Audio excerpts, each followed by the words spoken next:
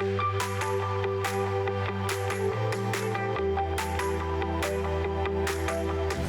good morning, and again, thank you all for taking the time to join us for, I think, what will be a lively discussion. Well, I was having a wonderful conversation earlier today with Laura and talking about what tech is, and I never introduced myself as someone who was tech. And so I'm hoping that in part of this conversation we can explore that theme a bit. But I am here representing Social Impact Partners, where I serve as the Director of Workforce Development. So my area is workforce development, and Social Impact Partners really works particularly around the inequities of the system, around workforce, and ensuring that Black and brown people and underrepresented people and those who are marginalized have access to the training that's necessary to have living wage jobs. And so part of that conversation is, what does that look like in tech? And so excited that you all have taken the time to be a part of this discussion where we have this opportunity to talk about new and innovative ways to train and prepare individuals for work in the tech sector. So with that, if you would at just a very high level, talk a little bit about your professional background, each of you, and we'll start with Marlena, since you've already kicked us off a bit. We'll start with Marlena. A little bit about your professional background and the interest that Synchrony has had in starting this training initiative. Yeah, sure. So hello everyone again. So my current role is I'm VP Workforce Transformation. So what does that mean? I feel like we get these titles, and what does that mean? So really it's thinking about what is required for the future, what is the future work, what are those skills, and how are we going to make sure that our workforce, internally, the things I work on, how are we going to make sure that our workforce are meeting that mark? And then externally, as I look at the Skills Academy, how are we making sure that folks who generally are not thought of, generally are not reached out to, are having access to that, right? Because we want to, at Synchrony, it's really important for us to think about not just the future of work, but also how we diversify our workforce. And so how are we making sure that we're getting that same information in the hands of those folks? So that's what I do today. My background is, when I say nearly 20 years, I date myself, but I have a background in human resources. So I've spent most of my career in financial services. I worked at American Express. I worked at consulting firms.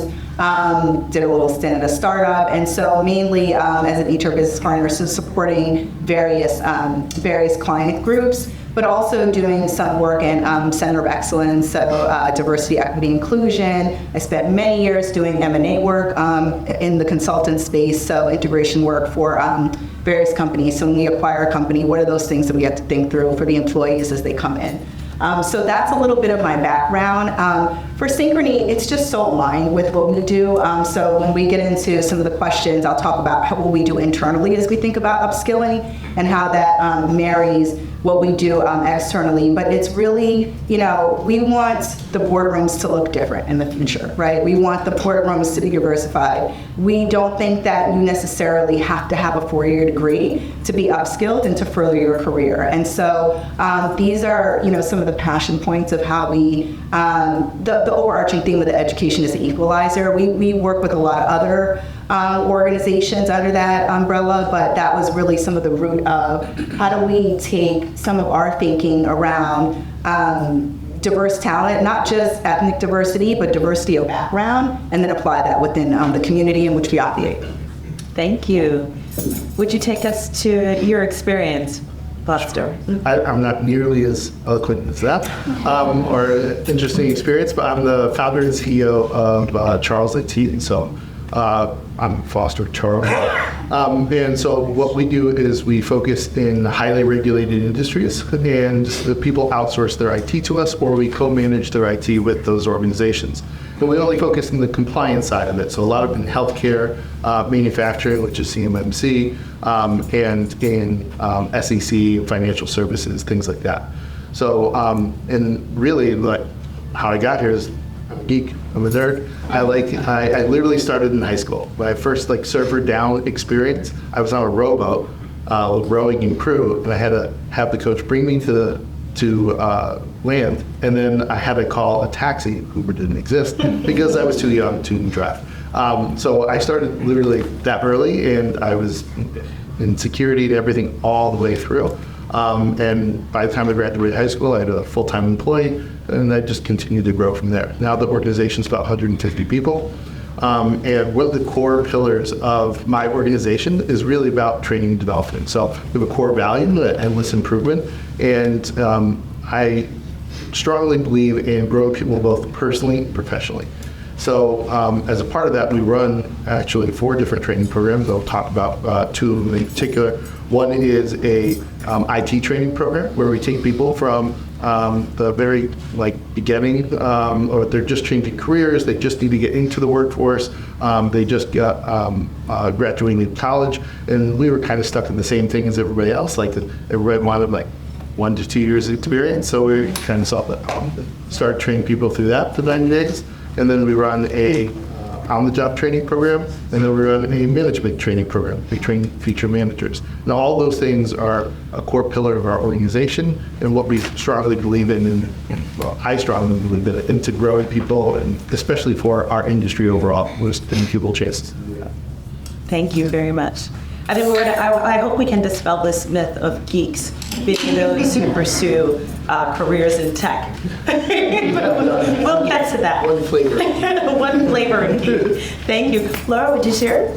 Sure. Hi, I'm Laura Zeller. My career actually wandered a lot before I found my place in the world. But I have a background in industrial organizational psychology, so I also barely identify as technology.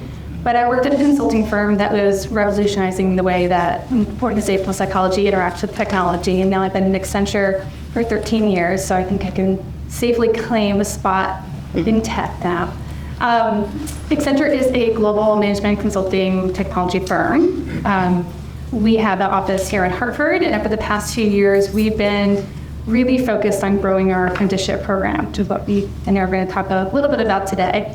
But we really value a diversity of experience, a diversity of talent, and we're really focused on people who can learn and grow in their careers. So, and the interesting things about working for a really large company is you get to do a lot of different, new, unusual, groundbreaking things. So, thank you, Laura. Thank you all.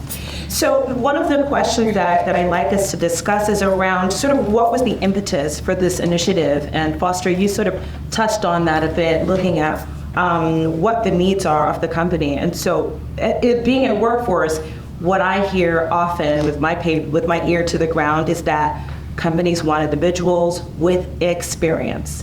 Right? So even with a degree, that the experience is lacking. So what were some of the reasons that helped you to start this initiative? And really, this takes a considerable amount of investment, I presume. And so can you talk about how there was a decision to make that investment and what initiated this idea of having these training initiatives? Yeah, I used to say, and we always believe core value was training people, growing people, giving them personal and professional experience.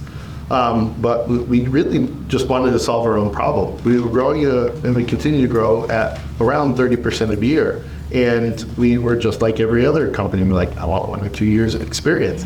And we were battling with every other company that wanted the exact same thing we did. So we simply just solved that problem for 2 or 3 people. We're like, hey, this person, everybody wants these hungry, humble, smart. Those are the 3 things that I look for, right? And everybody wants those people. But we found these hungry, humble, smart people, and they didn't have any experience. So I was like, well, I had 2 or 3 people that believed in growing people like we did. That's kind of the things that we had for. And we just partnered it off with it. And that was really what started that. Actually, one of the people in those original 3, it now actually runs our training and development program. But so we just connected with hungry, humble, smart people. And then we wanted to continue to grow. And once we had a little bit of success, we did it again, and then we just ended up formalizing the training. So it wasn't something that we were like, yeah, let's go. We're going to go invest $1 or $2 million into this. We started with 3 or 4 people, and then we did it again, and then we're like, wait, maybe we should do this we're a little bit more efficient. And so we started making class trainings, and we were just spreading it out. We hired a trainer, and it continued to grow from there. So really, it was just the problem that everybody else had, and we were forced to solve that problem. And it starts like everything else, small, and then we got really far more official about it. So the training program now pushes about 60 people through that program every year, consistently. So a bit of an organic start. Oh yes, absolutely. Wonderful. So I can talk like internally and externally. So internally, very similar. So we have an apprenticeship program that we piloted. So we're now going into our second cohort, right? We should do this again. And so our program is, we have a huge operations organization in Synchrony. So when you call the back of your card or whatever, you get one of our frontline agents. And while we have a business leadership program that recruits folks at college, and that's our early career, we had a twofold need. So one, there were business needs, right, for some junior talent in some of our tech and infosec spaces. And two, it was becoming really hard for some of our non-exempt or frontline folks to make a leap into like a manager role unless you wanted to be a team lead. And so what we found was, hey, instead of saying we're going to go to the market, let's tap into this huge workforce that we have and see who has the aptitude to go through a program and then move over into some of our tech and infosec spaces. And so we did that through our pilot. We did a small pilot. It was only 6, and we had, I think it was like 200 or 300 associates that came out and interested in that. And we went through a rigorous process to make sure that they were set up for success. So they had to do assessments, they had to do pre-training, etc. They go through the rotation. They rolled off into spaces in our organization like cyber ops, artificial intelligence, business continuity, cloud governance, things like that. And so what we discovered from that, because it was a pilot, it was very experimental, is, hey, we don't have to go out and recruit. We have existing talent. The needs of the business and just the way in which things are going are evolving, and we need to think about how we're going to use our existing workforce and upskill them and move them into spaces that are kind of on the horizon, on the forefront, and where there's a need. So that was our apprenticeship program internally, and now we're going into our second cohort. In the Skills Academy, I just want to say we don't get anything out of that from a Synchrony perspective. This is merely about how can we be good corporate citizens in the space that we operate in, and how can we leverage ourselves as folks who are in industry and then share that knowledge in the community in which we operate with. And so that was really the genesis of why the Skills Academy came about. And then we thought about what are the points in someone's career, in someone's knowledge life cycle that you want to hit, right? Before someone's about to go to college, you want to have them start thinking about different areas. So that was the thought on our high school program, right? So, we have folks who come in, or high school students who come in, who might not even be thinking about the various places that they can go from a tech perspective, and they come to our program and they're completely changed. We had one student who won 3rd place at some MIT competition, right? So they really grow in this program. And then for a community college, you're also at a similar spot. You've kind of done school, and now it's like you're thinking about, well, what am I gonna do after school is done, right? And so exposing them there. And then for adults, we were just thinking through the pandemic. Some people were losing jobs. They had to think, do they want to continue down the path that they're going, or do they want to develop a new skill and then think about where they can gain some better, I wouldn't say better employment, but where they can grow, right, their income base by upskilling. So that was really the genesis of some of the internal upskilling that we're thinking about, as well as our external in the Skills Academy perspective. Thank you, Rolena. And I want to put a pin in that because I want to come back to that high school career awareness piece and this idea of what is the profile of someone that goes into tech. So we'll dive more deeply into that after. Laura, if you'd share a bit about how Accenture initiated this training program. Yeah, so we started our apprenticeship program back in 2016. We have 750,000 people, so you can imagine how many we hire every year. So we had to look for talent in creative places.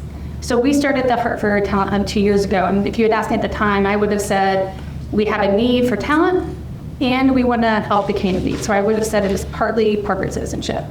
2 years later, I will say it is not corporate citizenship. The talent that we have found through our apprenticeship program is second to none. These people are talented, they're hardworking, they are phenomenal. Really, at the end of the day, they're getting, it's a learn to earn model, they're getting paid to apprentice, but we're really getting the benefit. We have found unmatched talent that our clients value, that we value. They have brought amazing experience and talent to our organization. So Accenture has I was just telling Mark yesterday, I think 5,000 apprentices over 10 states. Here in Hartford, in the Talent Hub, we launched it last year. We threw a cohort of 30 and hope to do another 30 this year. Wow, so that's quite impressive. And what I did hear earlier in the conversation, and Marlene, I think you're the one that said you're using incumbent workers and that there's not a great deal of recruiting happening, at least for the internal program. Mm-hmm. What does recruitment look like for the programs that are external? And what is the profile of the person that should apply? Maybe they don't know, maybe they're unaware of what the pathways are in tech, but how do you identify a good candidate? Yeah, so we have some baseline criteria for our Skills Academy. So our North Star is who are we reaching that otherwise wouldn't have been reached, right? So that's really important for us. And then our second principle is how are we removing barriers? So for our high school program, one of the criteria is are they eligible for free or reduced lunch? Like we want to make sure that we are hitting populations that are really in the underserved space. And then from there, we want to make sure we go through kind of a bit of I don't want to say an interview, but we talk to them, right? We don't want you to sign up for this program because your parents thought it was good. We don't want to because your friend did it and it was cool, right? They talk to our education delivery partner, just so you all know, is DAE. They are out of New Haven. And they have an amazing way in which they run the program. It's not like high school students come in and we sit and we talk to them for 3 hours after school. They really spend some time and say, are you going to be a fit? And I think that's really important for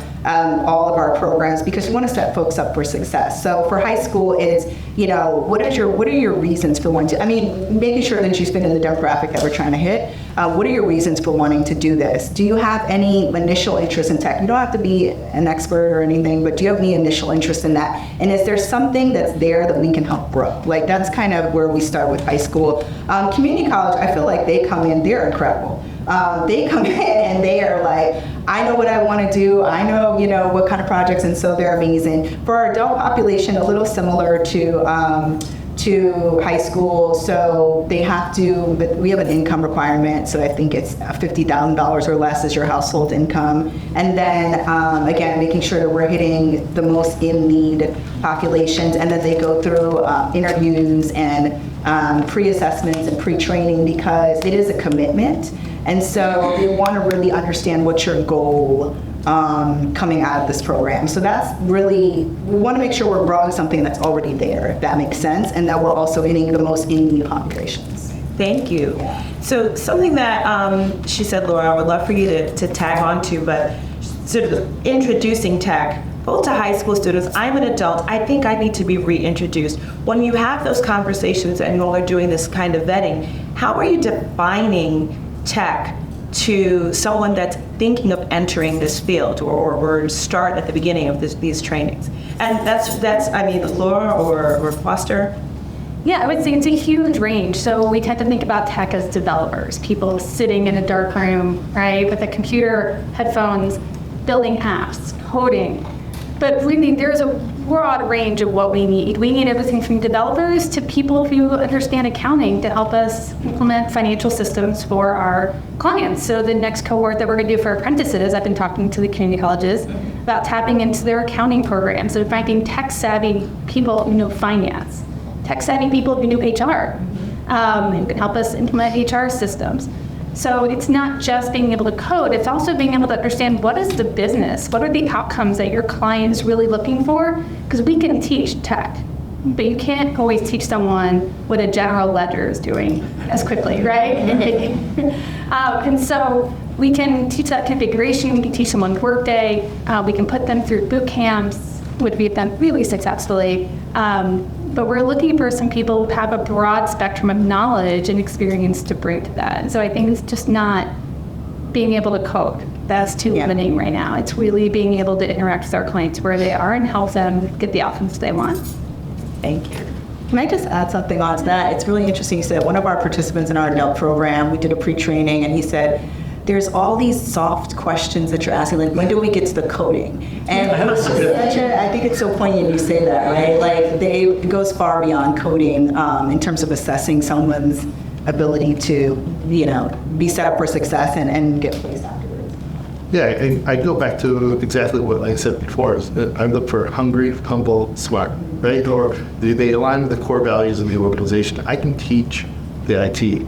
It's funny, we get the same kind of questions. They're like, where am I going to get the technical questions? Like, we can teach you technical. That's what this program is designed to do. And I don't mind where they're coming from. And so we have an awesome partnership with Central, and it's funny that we targeted them. We noticed that a bunch of our great quality individuals and top performers had a similar degree, and then we reached out to that college and said, hey, what are you doing? We like this. Can we get more? And so I see so many organizations trying to partner with a college or something, but they're like, just give me your best people. And we're like, it doesn't quite work that way. So like trying to having a real relationship, and it's a two-way street of working with the organizations that are feeding you candidates is so important that people try to take advantage of it. Like, they're not intentionally doing that, but it is two-way street. Like, we are definitely heavily involved at Central with whether it's their curriculum and giving them feedback of what's working, what's not, going to their job fairs, sponsoring things, going to their talks, like talking with their different classes. Like, we spend, at least we're there probably once every 2 weeks, just supporting their programs. And same with community colleges, high schools, like vocational schools. But we target the programs that are working, or people that are reaching out to us and like, hey, you partnered over here. Can we do that? We're like, well, you don't quite look that way. Let us help you develop the curriculum. Let us help you, show you what the platform that worked over here works there. So a lot of it is trying to find the right kind of individual and then the right program that can really skill them up in the appropriate way so they're ready to be able to enter our program. And I see that starting at high school tremendously.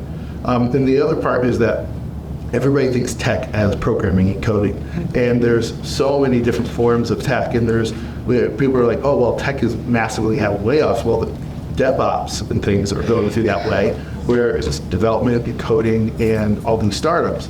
But there's a huge demand in security and IT infrastructure, cloud, all these other things. So when we look at tech, we actually divide that sectors in half, because like those are, everybody's like, well, I don't know, there's huge layoffs, but maybe not everybody's a coder.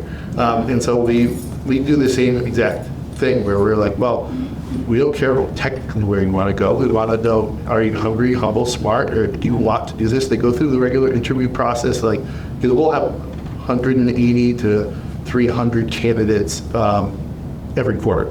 You can come through our program, and we have recruiters and we have relationships and everything, but making sure that we get the right people, and then we figure out in the training program, oh, you like security, oh, you like networking, oh, you like DevOps, oh, you like this, and then we kind of direct them to where their on-the-job training will go after that. But a huge part is just getting basic skill set and figuring out what do you want. It's like asking high school kids, like, what do you want to do for the rest of your life? Exactly. What do you like?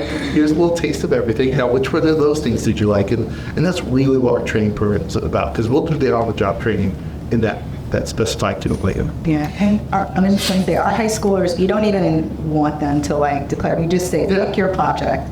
We don't try to veer them into go to college, go this. It's like continue to learn. If you want to graduate and get a certification for something and go into the job market, that's fine. If you want to take a gap year, like we just want them to continue to learn and to lean into this space. And so that's important because it is very hard with high school students too. Absolutely. Give them the straight and narrow of what they should do. We let them. Right. So with that, and Foster, you mentioned sort of the numbers of people that come through the program. Can you each speak a little bit about sort of what those metrics look like? How many people are interested in these programs? How many people come through? What does placement look like in terms of positioning or upskilling or going to a new position? Yeah, I can speak to our program, so it'll take about, again, 180 to 300 people are the number of candidates that we look at for a class of 12 to 15 individuals. About 70% of those people around that are the ones who complete that. And at that point in time, if they don't make it through our training program, we provide resume building and references. About 70% of the people go and proceed to on-the-job training, which is slightly different for us. And then what we track after from the training, the 90-day training program, to are they still with us in a year from now? And because they on-the-job training and figured out that specialty, we have about a 64% rate of people that are continuing to with the organization. A lot of times they come through and we don't take this personally. Like some of the team is like, oh, what the heck, they haven't stayed. Like it was a training program. Like they don't have to stay with us, and not forever or anything like that. But a lot of times they figure out what they'd like through this process. And our organization is a third-party IT provider. It's very different than internal IT or coding development or just a security firm. So like they go out and we actually track where they go, did they change careers, all that to figure out, are we actually having a success rate for it? Because I believe in supporting the industry. I think our industry is heavily undervalued in what undervalues the training and bringing people in. They always just want excellent people that are fantastic coders or IT guys or something like that. It's actually the impetus for this conversation, right? To value the training level. And it sounds like you've got a little bit of that good corporate citizenship in what you're doing as well. Though these are for the workers that are at Charles IT and skilling them up, Yep. right? So that you don't have to end where they started, right? Yeah. They can move up at Charles IT or move out. Yeah, Right. the corporate citizenship thought process and about the training program, my philosophy overall is that I don't take it personally, never did, and don't expect people to be with an organization their whole life. Like, I think that's a crazy thing that is kind of Been antiquated at this point. antiquated at this point. And so I just believe it's my job is to bring somebody from when they start with us, and what did I do for the maybe 4 to 7 years that they're with us, and did I bring them from point A to point B? What is the total amount of growth I was able to provide them? And so every quarter, actually every 2 weeks, somebody's working with them individually. Hey, you plan for development? Hey, do you need help? Hey, can we schedule that test for you? Hey, do you want to be in this training group that's these 4 other guys are doing the exact same thing that you are? So, like, that's more of a overall organization. I don't expect people to do this forever, and I think a lot of people take that personally, and they're like, oh, they drop the training initiatives because of that. And I just think the success is if I can hold somebody, for me, it's more than 4 years, and I was able to progress their pay by 30 to 40%. Yeah. So what I'm hearing, this is embedded in the culture of Charles IT, which I also saw on your website, that this is a major value for you all as upskill. Marlena, can you talk a bit about sort of the numbers? So Skills Academy opened in 2022. We've had 270 participants come through our programs. The bulk of our largest program is our high school program. And so just to break down like our current cohorts, so we have 70 with 5 slots still available at high school if you know anyone interested. 70 for our high school, 15 for our internship community college, and then 30 in our adult cohort. So that's generally the numbers that cycle through. So yeah, we learned a lot from our adult cohort. We've had to put a lot of wraparound services and making sure that we're supporting. These are working folks that adult lives are far more complicated than high school lives. So when we had our previous cohorts, we didn't have the best placement rate, and so now we've kind of worked on the placement piece up front, and we feel good about the 30 that are coming through our program now. So that's our Skills Academy. For the pilot that we did for our apprenticeship, I mean, I have to say this was I felt so happy for these folks because they came from frontline jobs. They're moving into cyber intelligence, AI, cloud governance. So you can think about, I remember when I gave the offer to one of our folks, he was like, I had to call my mom because it was life-changing for him, right? And so it's just realizing for me, it's not just about the benefit for us as a company to move, folks over. It's also very life-changing for these folks in terms of how they just change the trajectory of their ability to earn income, etc. And then the last thing I'll say is our community college program is the only program that is not funded by our foundation. So we do a little bit of funneling there, and so we have space on UConn's campus and then the University of Illinois Urbana-Champaign, because we have a hub in Chicago.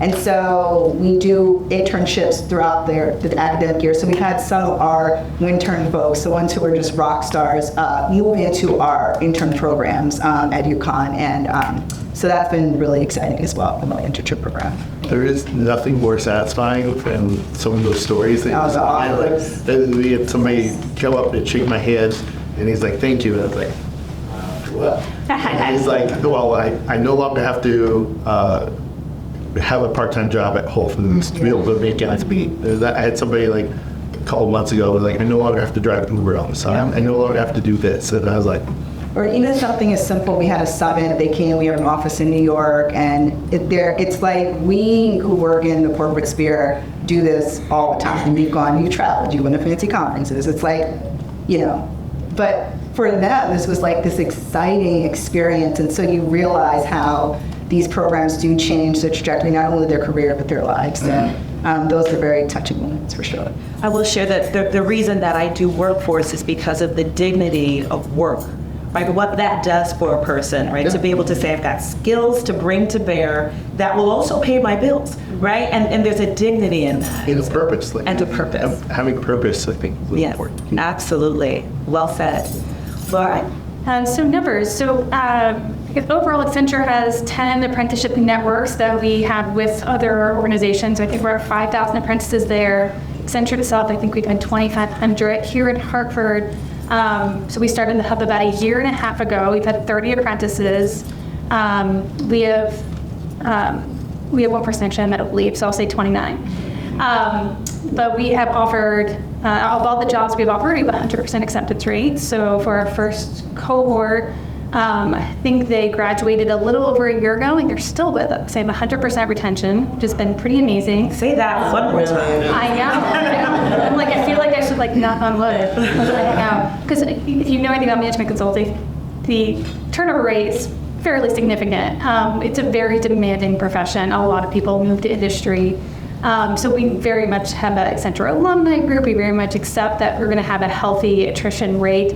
I would not have my feelings hurt if someone went somewhere else. In fact, we've encouraged our client to hire them. I've actually sent my apprentices job description saying, hey, UConn is hiring a PeopleSoft person. You're a PeopleSoft developer, go. And they keep declining. So I guess we're doing something right, which is really nice, because those stories, that is really where it's at. We have a gentleman came up to me and said, this is the first time in my adult life that I have been able to pay for groceries and my rent in the same month, that same week. Yeah, it's real.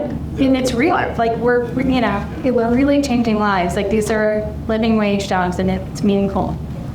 These are incredible, valuable stories. And so with that, we talked about changing the lives of the individuals that have come through these programs. How have these initiatives changed the culture or the practices at your respective companies?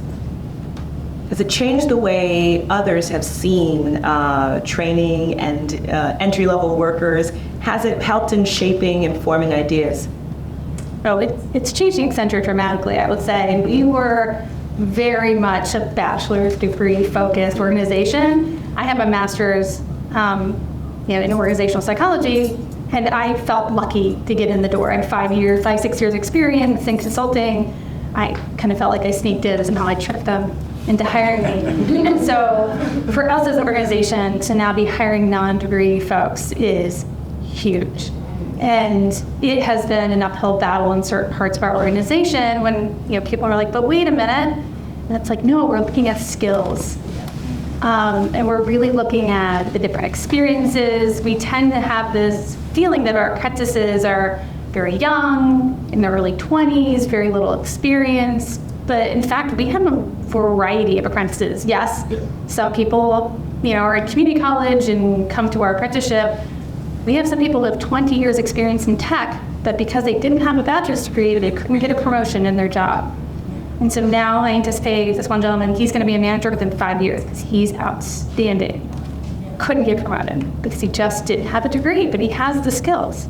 So, the more exposure, the more we hire, and the more it gets integrated into our organization, the tide is shifting. You can really see our CEO announced last year that we're going to start stripping our bachelor's degree requirement from about 80% of our positions. That's tremendous. It's right. It's tremendous. Right. We need people with skills. That a piece of paper is great. Skills in long term. Yeah, I hired an operations person, MBA. We worked for the state had a pension, and he like took this big risk, and one of the big things he got into was the hiring. And I remember the first like one of the reviews, he's like, well, all these people aren't gonna make it. Went, why? It's like, well, they didn't have a college degree. I'm like, do I have a college degree? You know, it's like, and I was like, 90% of the people on the floor right now probably don't have a college degree. And so it's this weird kind of thought process or limitation to it. And I think the big thing that people have to get past, especially when we call it apprentice or training program or something like that, is that they assume that they're very low skilled, right? And they might have 20 years of experience, or maybe they're re-entering the workforce after 5 years. They just need to get their skills back up, or like it could be anything. But like the people, it takes only like 1 or 2 cohorts, and when they start graduating and go through the rest of the organization, and they start like crushing the other guys. Like that is what it, like they're like, holy cow, like we better keep up, because these guys just keep on coming. But they're entering our program with CCNA and cert degrees, or they like 3 or 4 certifications. And the only way to promote for my organization is you have to be here for a certain amount of time and do the role for a certain amount of time, and certifications. So when you get people coming through and just going through lots of certifications, getting those trainings, and like that's what they're entering the program for, they can go very quickly through it. There's been, it's when all those people start getting the promotions, or like we have multiple managers in our organization that started through the training program, and that's where they were to start going, oh, this isn't just entry-level individuals, because that's really the misconception to them. And so you have to kind of like work against that.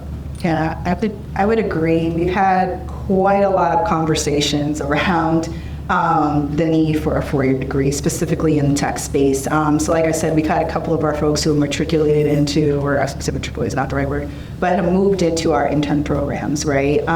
But there was a question of, well, they're not in a 4-year program, right? And what does it matter, right? I think through our apprenticeship program, I love this. One of our cyber guys, he was like, I don't even care about the degrees. Like, can they hack it? Like, and like, can they do the job? Like, are they good? Like, can they think like a hacker, right? And so I think that the change in the culture is we have to really think differently about, because someone getting a 4-year degree is circumstantial, right?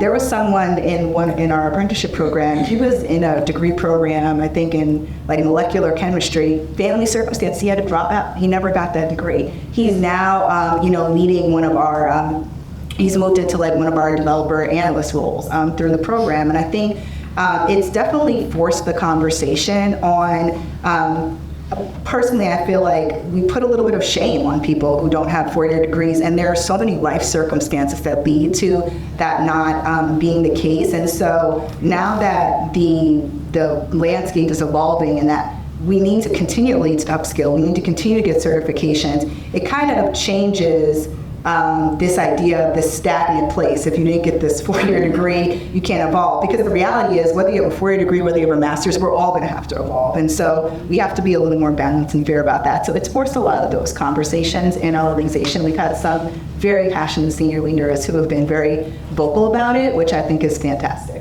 Yeah. I think what each sector needs are champions and great examples of how this can work to really eliminate, in some cases, the paper ceiling, right? Some professions absolutely, I want my doctor to go to. There are some professions where you absolutely need the paper, but really eliminating that paper ceiling and championing skills-based hiring. Yeah. And so what we would love to see, I'm thinking of all the conversations that I've had with Patricia Meyer, that we've talked about how can we get people employed in the tech field. And this is one of the major hurdles that we're up against. But so glad and proud to have you all really exemplifying what this could look like in the sector and in other sectors.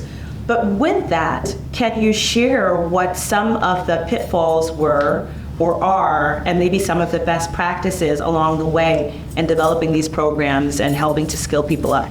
You have an hour? Thank you.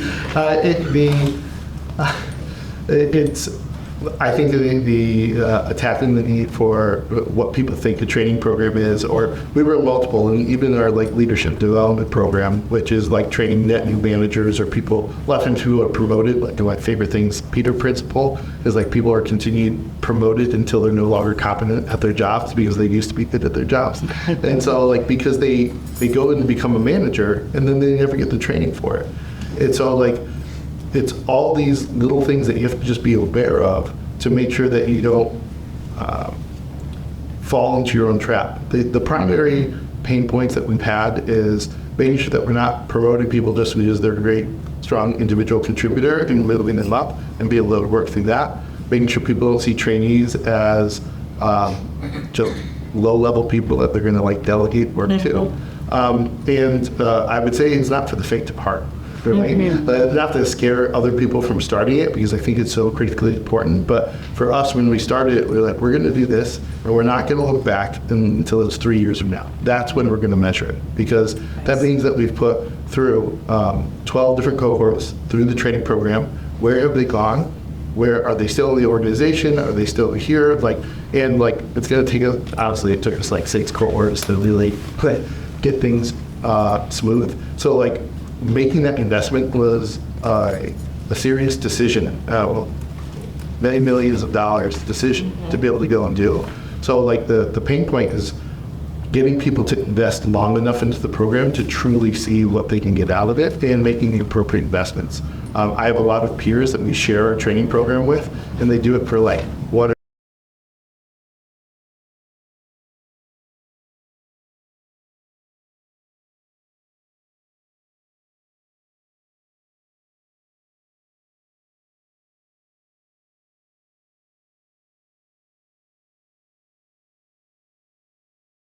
and colleges that are developing curriculum, most people just try to throw a bunch of stuff together. It's all those things that we just kept hitting stumbling blocks on. So if I was going to do it again, I would right out of the gate hire a training development person dedicated to it, probably give them 2 months to go and really develop the curriculum, bring in teachers, bring in curriculum development people to make sure you kind of nail that at the beginning.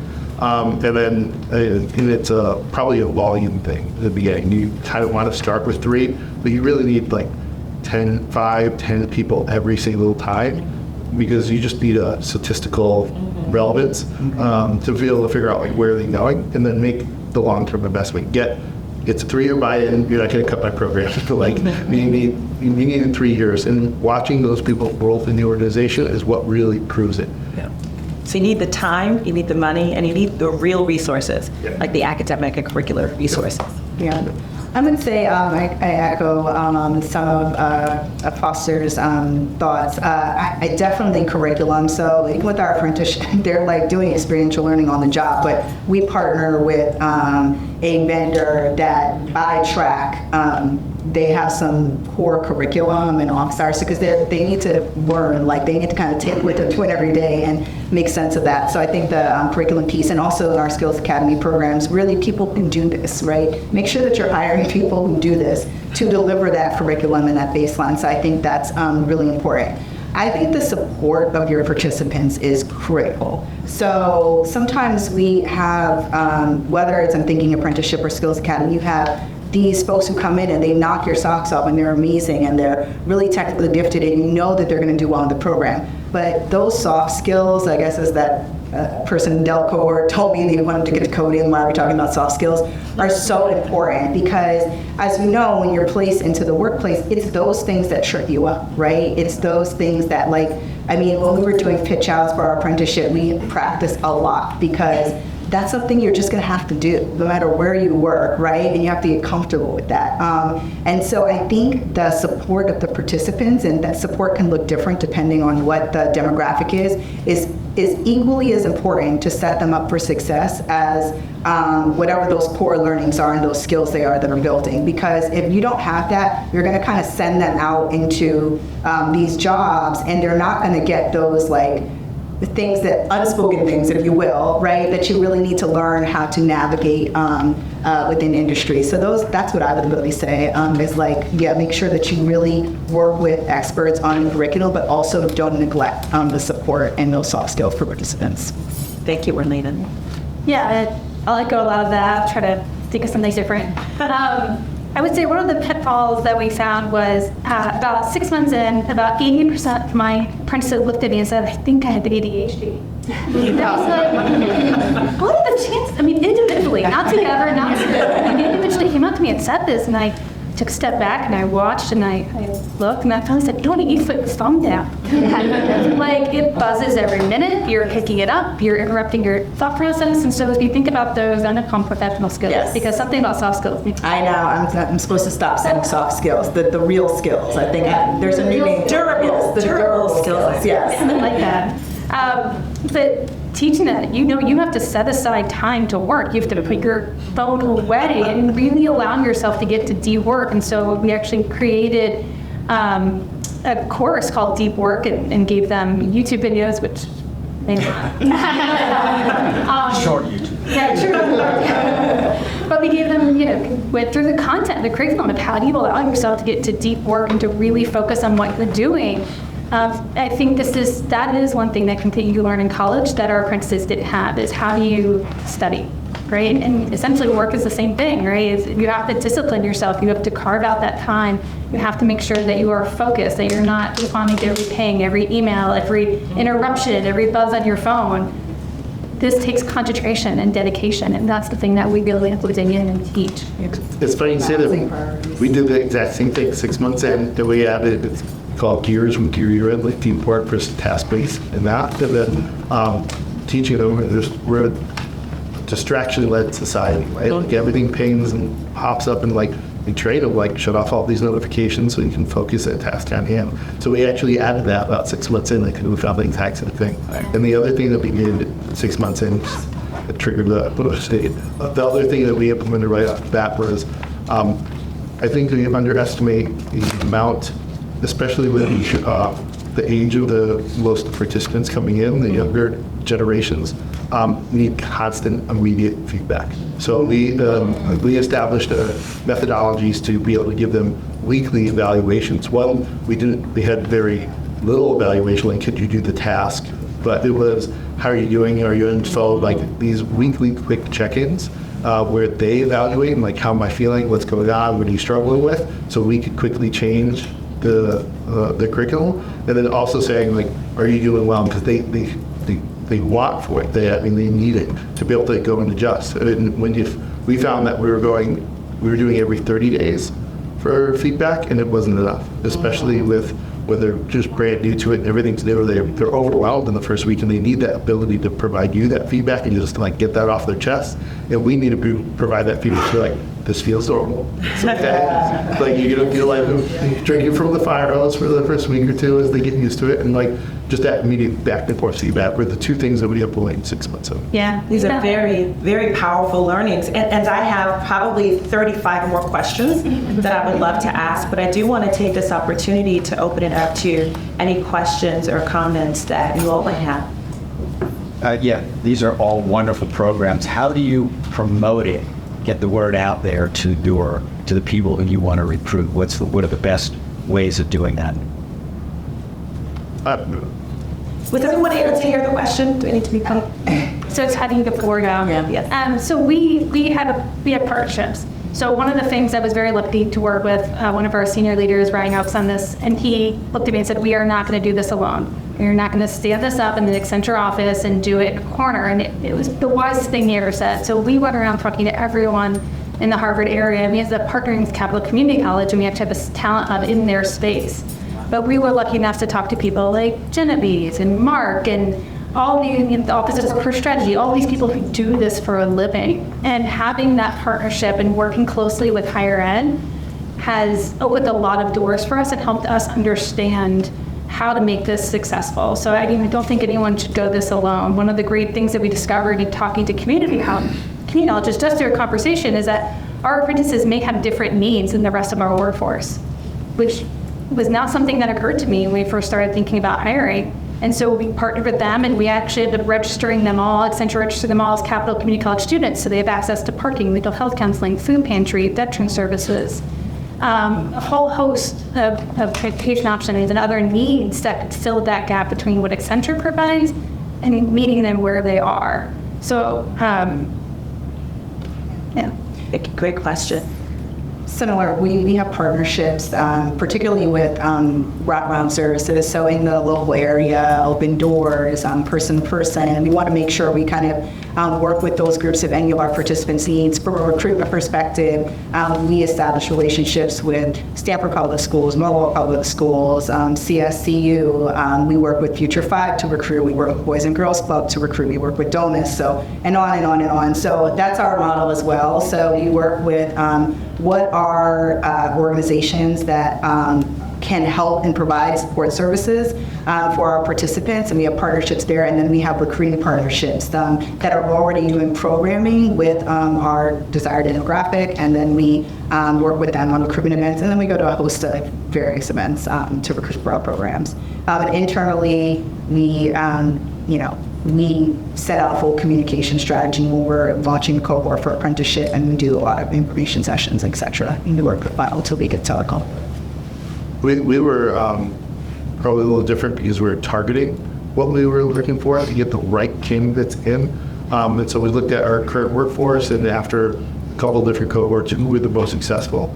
And again, Central came out, the local vocational high school came out, and we were like, we want that partnership. We targeted the very specific partnerships that we wanted, and that got us the flow of candidates that we needed, which is about 100 per quarter to be able to go it down to about 7 to 10 people at that time.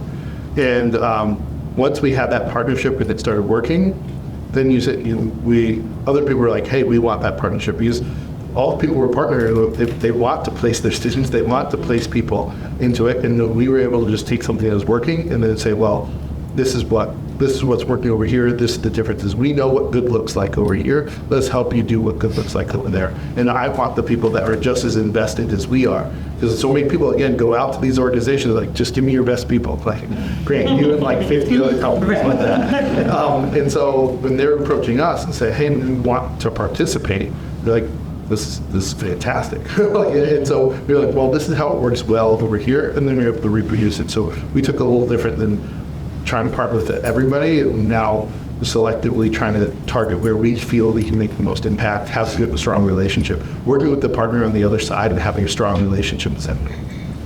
Fantastic. Do we have time for another, or are we at time? We are at time. Alas. Well, I wish you would just join me in showing some gratitude to these wonderful panelists.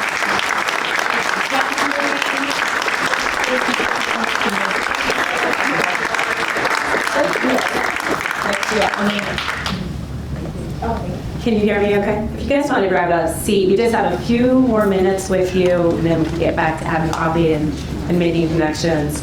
I am a workforce development nerd. I've been in workforce development for almost 20 years. And like Genevieve, there's a passion that comes with working in the workforce, and it's because of the impact that you see at the participant end. And listening to these three companies talk, all I could think of was like, wow, like this is why we do the work that we do, and to have these organizations really making significant investments into figuring this out is, it's not the norm.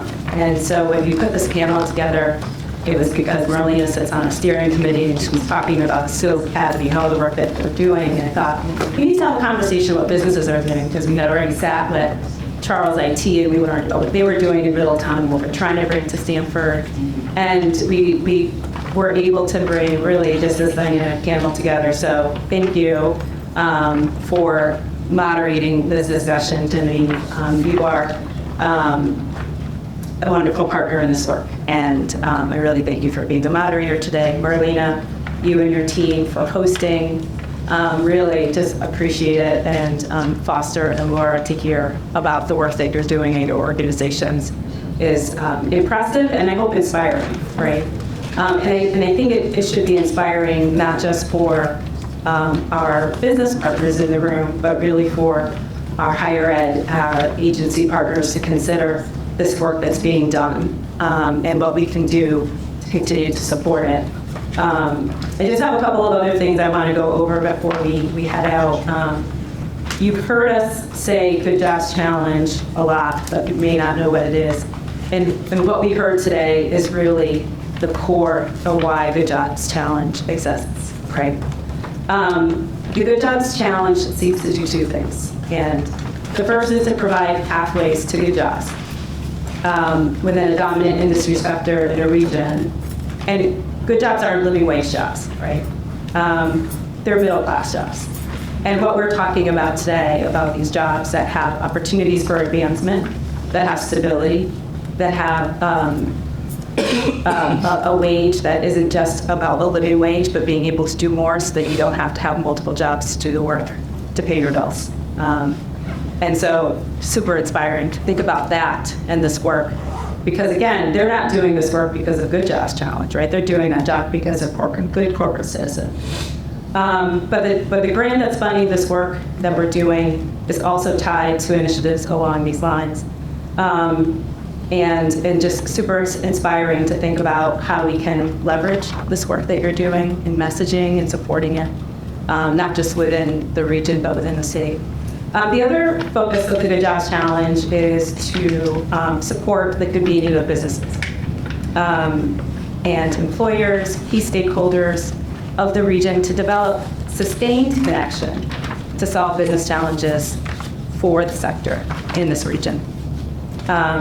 Oftentimes, this means addressing workforce development and talent development challenges, but it can include areas of focus like economic development, career development outreach, infrastructure challenges that impact business, policy, quality of life. And the work that we've been doing in the past year that our Good Jobs Challenge grant has been awarded, and that Mark and I have been working hard to meet the goals of the grants is to, one, support participants' engagement into the training programs that the workplace offers that are funded by this. We have some training participants here today. I'm excited to introduce them to you all a little bit. And business engagement, right? And so you have some a handout that just sort of goes over the impact that we've made broadly with the work that we're doing on the training side, on our outreach side. You came in today, you saw a flyer about workshops that we're having. A couple of the facilitators are in the room. So we put together some workshops to help the sector and the community and residents of the area learn more about different topics. No surprise, the majority of the things that we are talking about is AI, both in a theoretical perspective and a practical one. So a little bit, we'll see you in one of those workshops. The first one is kicking off on Friday. We're also doing a career fair on October 1st, and a couple of the employers in this room will be joining us. As Kevin said, 1 year has passed since the kickoff here at Synchrony, and many of the folks that are in this room were at that kickoff event. Your contributions as employers, business partners, and enthusiastic champions. Thankfully, we have those. Tech-focused partnership in Sanford and across Fairfield County has been a driving force to shape what we heard here today. It's also shaped how we've developed training programs and to teach members of our community in-demand skills and support those trainees into job placements. And so you'll see on that flyer, we've worked with iCapital, Turner Construction, the Veterans Administration, and companies like that to place the students. And Benchmark IT is also here. They've been really critical in helping us, one, shape what we're doing, but also helping us place people. So thank you for that. I just want to get a visual of what this work looks like, because you're all connected in different ways. So I'm going to ask you to stand. If you're a trainee of the tech, if you're a trainee of the tech ready program, because we have a handful of you guys here today, please stand. Queen, I believe you are one of them. If you're an employer that has provided support or direction to Mark Lazarus in the workplace on curriculum and training placement, please stand. And I'm going to point out Janice and Benchmark. Thank you. If you've attended an action team meeting over the past year that's focused on talent development or outreach initiatives, please stand. And that's going to be Cal and Michael, our benchmark IT people, Larry, yes, absolutely. Jack from Indeed, you're a part of that as well. And then if you're a member of our Tech Partnership Steering Committee, please stand. And that is Marlene, I think that's our only, oh wait, Candace, you can be that Candace, Madison, because you're here. Business Higher Education Forum, thank you. And then lastly, really, what happens with these sector partnerships is there's a convening team, and that's the workplace. So Mark, if you can stand, and Kevin, and I'd ask Jody and Rowena to stand, and Kevin, you to stand. These are the folks that are working behind the scenes to pull this together and make sure that we're able to achieve these goals. So thank you. This tech sector work can either seem inconsequential when you're attending committee meetings that make slow and incremental change, or it can feel overwhelming when you consider the scope of the grant that we are working on and the time that we have to complete the goals. But what I really want to impress upon everyone is that being at the table matters, right? It does make a difference in driving change for how this region supports and addresses the challenges of the tech sector. And this is a long game. There are no simple solutions. If these initiatives, both within higher ed, within K-12, within employers, they take time.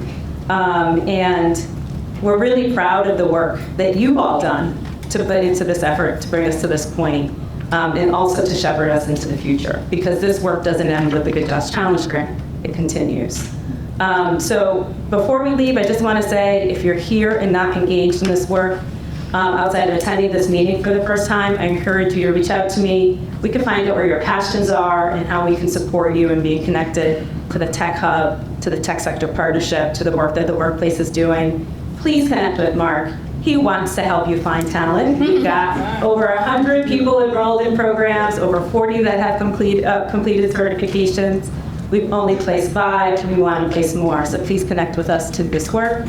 And I just want to thank you for your time. Thanks again, Synchrony, Mags and Morelli for always making us look good. And Jen Bogus is our newest team member in the staff. Have a great rest of your day.